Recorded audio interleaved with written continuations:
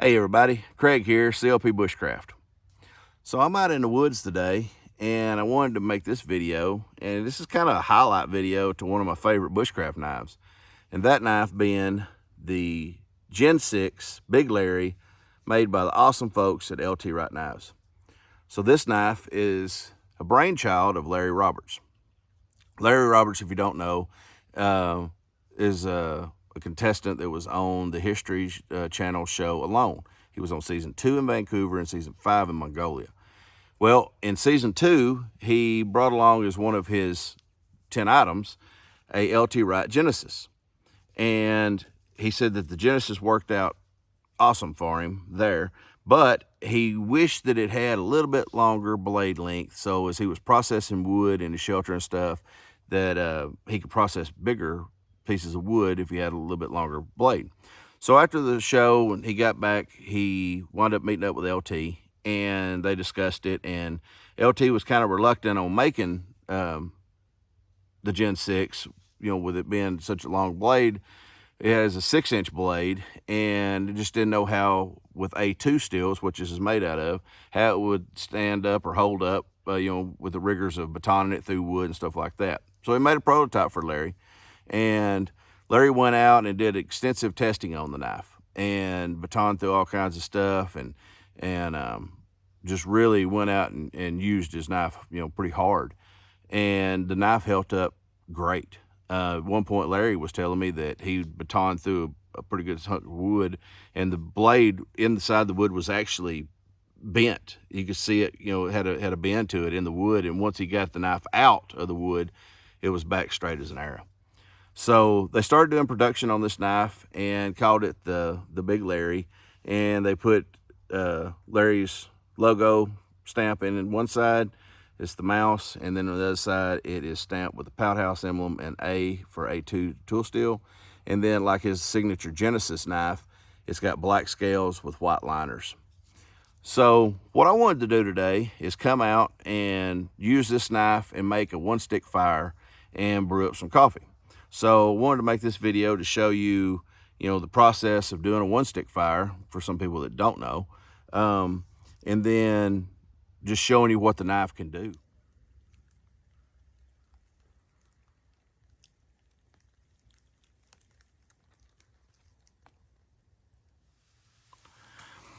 Okay, so we're going to do some batoning with the Big Larry. And if you don't know what batoning is, or using your knife to baton through wood, basically what that is you take a piece of wood, like this little old piece of round cedar right here. You'll take your knife and position it in the middle of it, and using another piece of wood, or in this case an old mallet that I've made that I keep over here, you just basically hit the end of the knife and force the blade through the wood, splitting it in half. So the purpose of that is, there's a couple different reasons. So one, if it's wet over here, it's been raining, then you can go through and split the wood up, and you got dry wood more likely inside of the wood, especially if it's like dead standing stuff. You get it, saw it down, and you process it. Well, the wood inside is most time dry, unless it's just been really doing a lot of raining and it's soaked up all the water. But if it's like a light rain and everything's wet on the outside, you'll have dry wood on the inside. The other reason is to process it down to making a fire. So what you want to do, trying to just make a fire and make something like this burn, is very hard. So what you want to do is process it down into a lot of different pieces, that way that you can start the fire. So you can make a feather stick, which you can ignite, which I'll show you how to do here.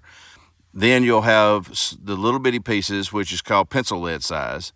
You move up from that, make a little bit bigger size, and that is your pencil lead, or not pencil lead, but your pencil size. And then you'll go into fuel. So you'll start from little, get the feather stick started, put on the small amount of wood, the littlest wood, and then build it up, and then you'll have a sustainable fire.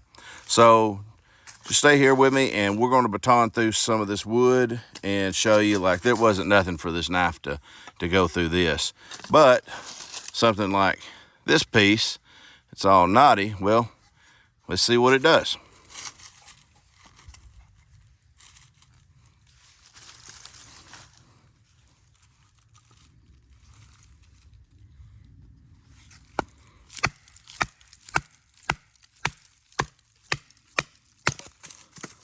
Right through it. As you can see, it went right through that knot. So we're gonna process down several pieces here of this. And I can tell you, this is definitely not the first time this knife has batoned down through wood. This went through several pieces. So as you can see how I'm doing, I'm basically getting smaller each time I go through it. And when I position the knife, I'll position it close to the handle like this. That way you've got more area out here that you can hit.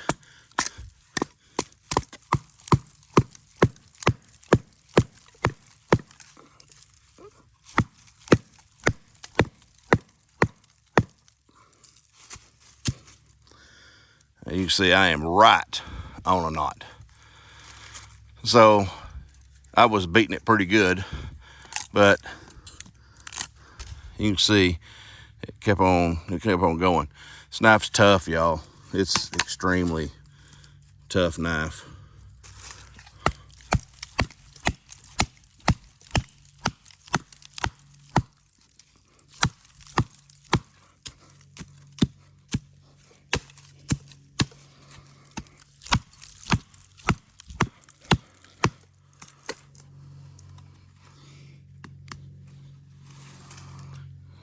And it's locked in there pretty good.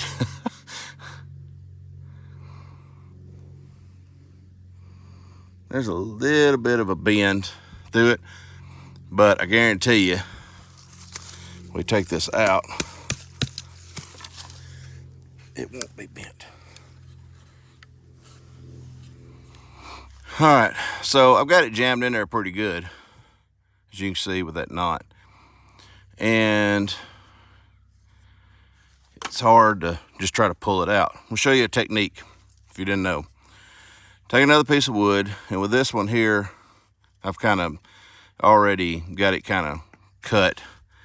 Make you a wedge, like so. Take that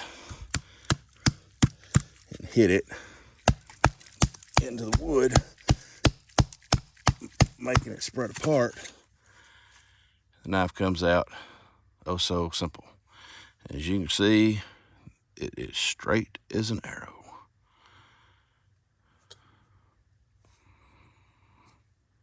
Like I say, guys, I use my knives. I'm not trying to come over here and abuse it. You know, if you're in a situation where that you've got to get into wood and you've got to get into some dry wood and, you know, it's getting cold out and everything, you need a fire. I mean, you want something that's dependable, that will work. And I have no problems at all batoning this knife through stuff like that. Now, granted, this is a little extreme to going through this big old knot, but I just kind of wanted to show you the toughness of this knife by doing so. And it's tough, guys. It really is. Will it break? Yeah, it can break. I didn't know that's anything man-made like that is subject to failure. It can for sure, but this isn't the first time this knife has been done stuff like this, and I know it won't be the last, and it's holding up fantastic for me. So we're going to process down this wood into smaller pieces. So kind of I got a lot of wood around here. So this area is kind of a little area that I like to come to and play around and carve and stuff like that. So I got a lot of wood laying around. So we're going to use this as kind of a base, and we're going to baton down to get some pencil lead size pieces. So you can use, when it gets to this point here, you can still use your mallet or another piece of wood like so or you can just use your hand, just kind of lightly tap at the top of it. So we're getting down to some pretty thin sized pieces here, like so. And you got to watch on doing this, especially if you get something that's kind of wonky like this, because you get up here and you try to baton it down and it slips on you or whatever, and you wind up getting cut. So really pay attention to what you're doing when you're doing this.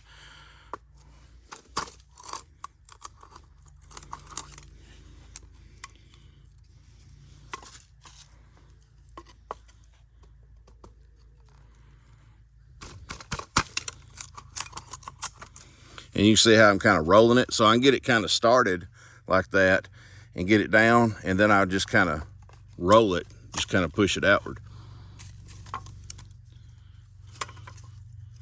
And it splits it apart.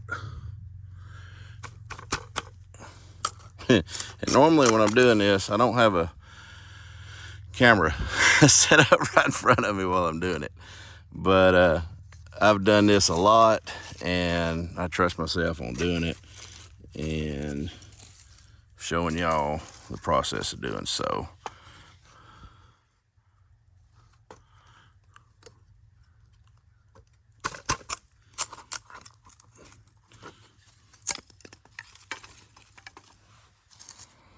You see, this is a pretty wonky piece here.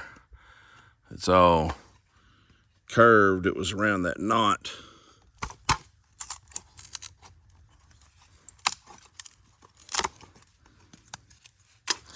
And anytime you get out in the woods and you're doing stuff like this, using a sharp knife, and I mean, this thing is a razor sharp knife, it's always good to have a first aid kit handy, any kind of, stop the bleed type stuff, especially if you're a long ways out. I mean, I'm on my property over here, and I'm probably, I don't know, a couple miles from the house back into the woods, and I got to walk a certain amount to get over here, and then I can get back to the truck as I drove over here. But you could be doing this, and you've been working with knives for many years, and you're comfortable with them. You know what you're doing, but accidents happen. It really does.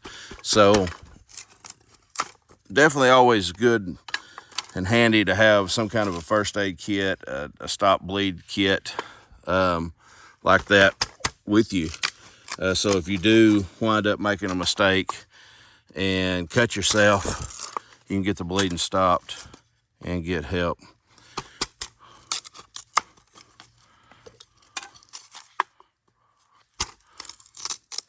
All right, so what I've done here is I've got several of these pieces, and I would really call this size fuel size. We're going to go and break down some even smaller to go into pencil lead size.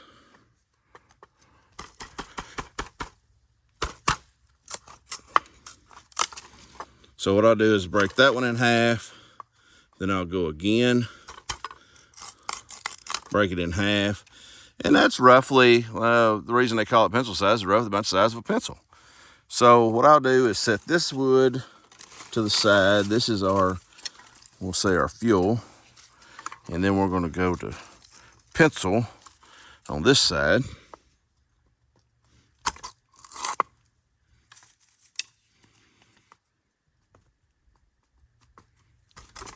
Oops, see, slipped off on me.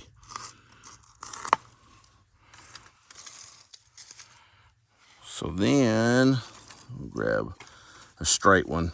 All right, like this. Now what we're going to do with this is we're going to make pencil lead size with this one.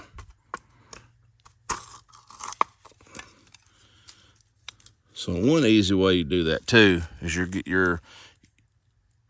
you're getting so small with the wood is you can take and put the tip of the knife in, kind of wiggle it around, backwards, but have the blade facing you, and actually push it like so. And that's about the easiest way to get the pencil lead size pieces. Probably your safest way. See how I can just push it and it just splits right in half. And that's about pencil lead size is what we'll call it. So let me do another one and show you.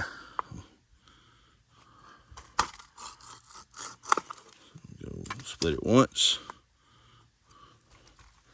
Now, as you can see, as I'm pushing, it's flexing on me. Okay, so that's where it gets really dangerous. You start trying to baton on top, all the way up here with it flexing. So that's what I'm saying. It's best is to lay it down, just like so. And we're gonna zoom in. Bear with me.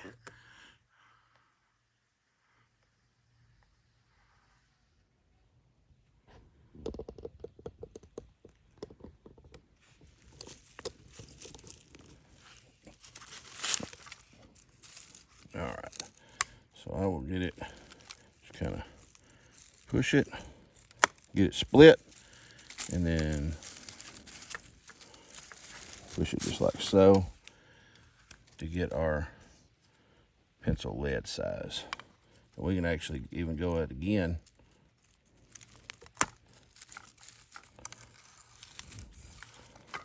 So this is the wood that we'll throw onto the fire first. We will get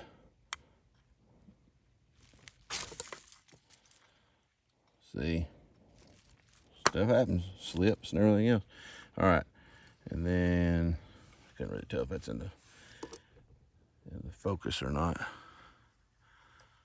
Put it back out wide. So as you can see, this is smaller pieces.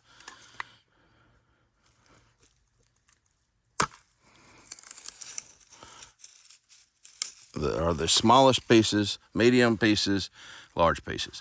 So I'm going to process up some more of this, and then I will show y'all how to do the feather stick, and then we'll use a ferro rod and get it going, get the fire going, get a sustainable fire, and make up some coffee. Okay, so now I've processed a little bit more. I've made a pretty good little stack of pencil lead size, pencil size, and fuel size. So you can see the difference in that. So like I say, we'll start with a feather stick, get it burning, throw the pencil lead on, let it get kind of sustained, get the flames up, throw the pencil size on, same, let the flames get up, and then we'll throw the fuel on, and then it'll be a sustaining fire. So now what I want to do is show y'all me making a feather stick. Okay, so there's a lot of different ways to make a feather stick. One, you can jam your knife into wood and do the pull technique. Some can lock the knife on them and then just pull the wood. What I do, and not everybody can do this, but what I do is basically just hold it in my left hand, right hand. I'm right-handed, so the knife's in the right, wood's in the left, and just kind of just hold it and just go down with the knife, and you'll get curls.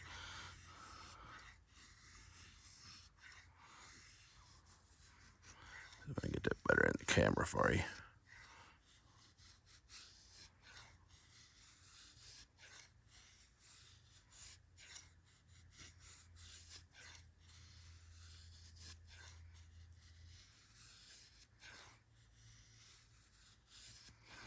And this knife is razor sharp, like all the knives from LT that I've gotten are razor sharp, or they're scooter sharp. And if you're a fan of LT, you'll definitely know what scooter sharp is.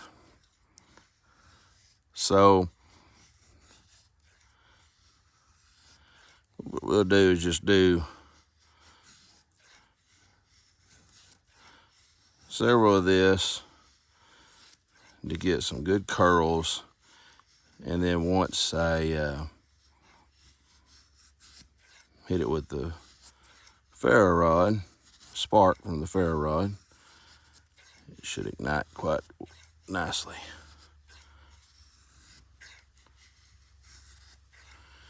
And I love feather sticking. It's like, this is kind of a therapeutic thing for me.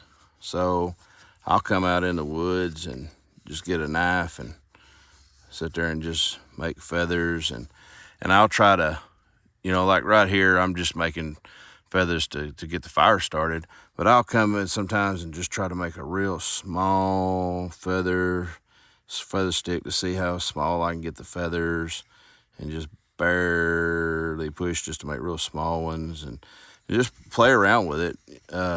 But it's real therapeutic. I love coming out here in the woods and having a nice sharp knife in my hand and just making feather sticks. So that's pretty good for, there's enough feathers there, I should say, to get a fire started.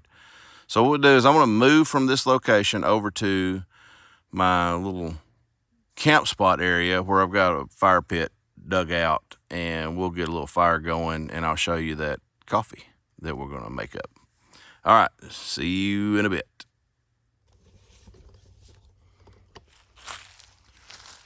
Okay, so got all the wood processed, and gonna go on a little hike through the woods to a little camp area that I got, where I've got a bit of a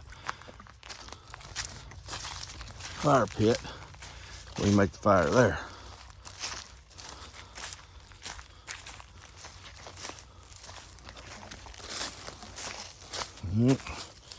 Wrong way.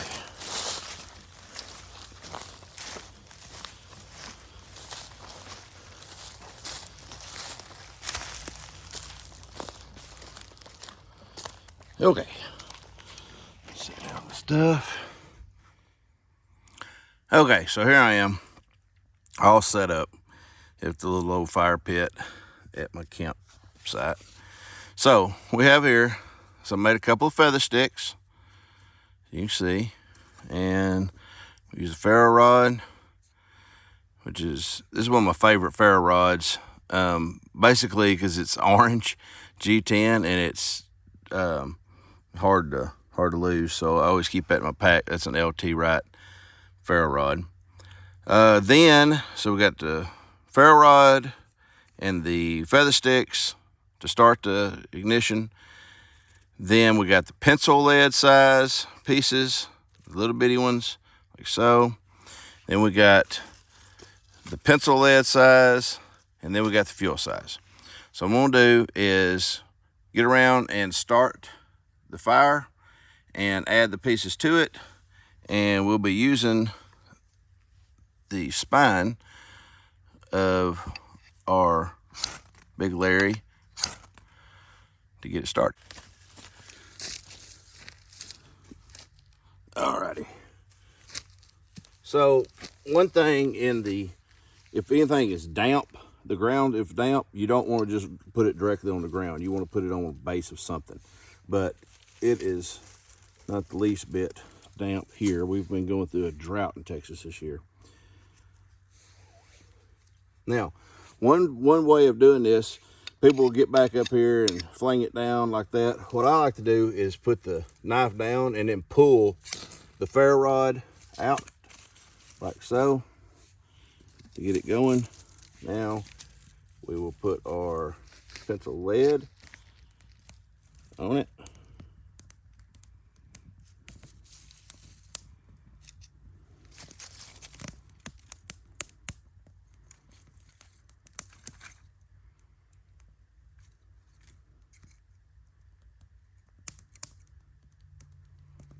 pencil size. We'll let that get going before we put any of the bigger pieces on.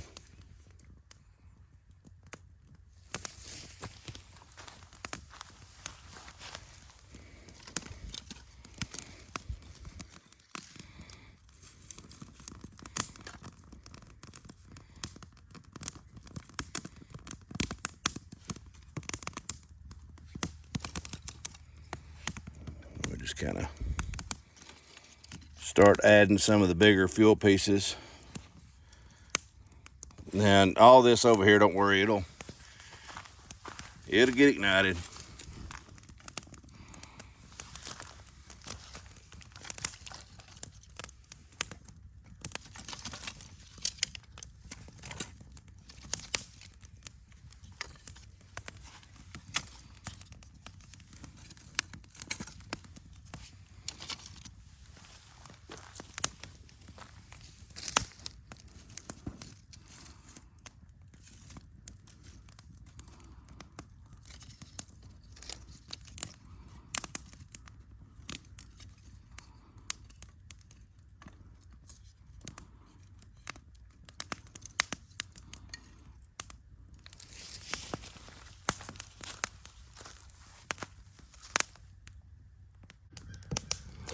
All right, while that starts burning good, which it's burning pretty good, we're gonna get some water. I just brought my canteen out today, a canteen cup. So I'm gonna set that in the fire.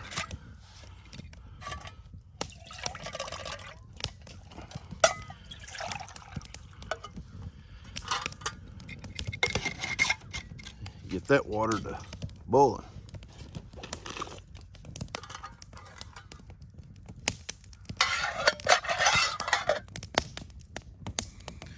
So we just got the canteen cup with water in it.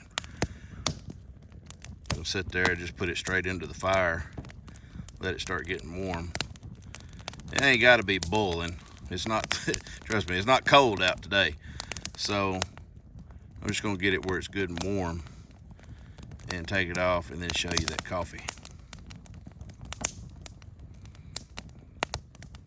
But see what we did here? We've got a sustainable fire from basically one stick, just using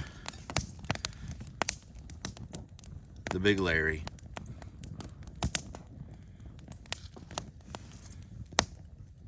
And a ferro rod. From one stick to a bunch of little sticks to a sustainable fire.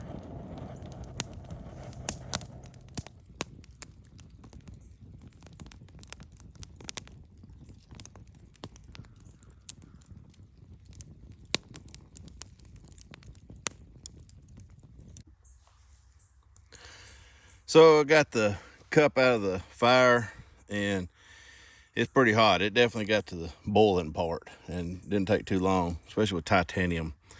You can boil pretty quick with it.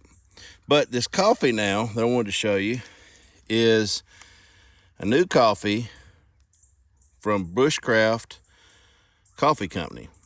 And it's their campfire blend, but it's steeped coffee bags. So this is really cool. They're doing a Kickstarter on it. And what it is you got their delicious campfire blend coffee, but in a little steep bag, like so. So very, very easy to make your coffee while you're out in the woods. So all you need is a fire, your cup, good knife, if you want to go that route of making it with a ferro rod. But yeah, so I've tried this coffee several times now. They sent several of them to me, and it's really, really, really good and really, really easy. So as you saw, we made this fire by one stick, just using the Big Larry, and this thing, after doing all it did, is still razor sharp.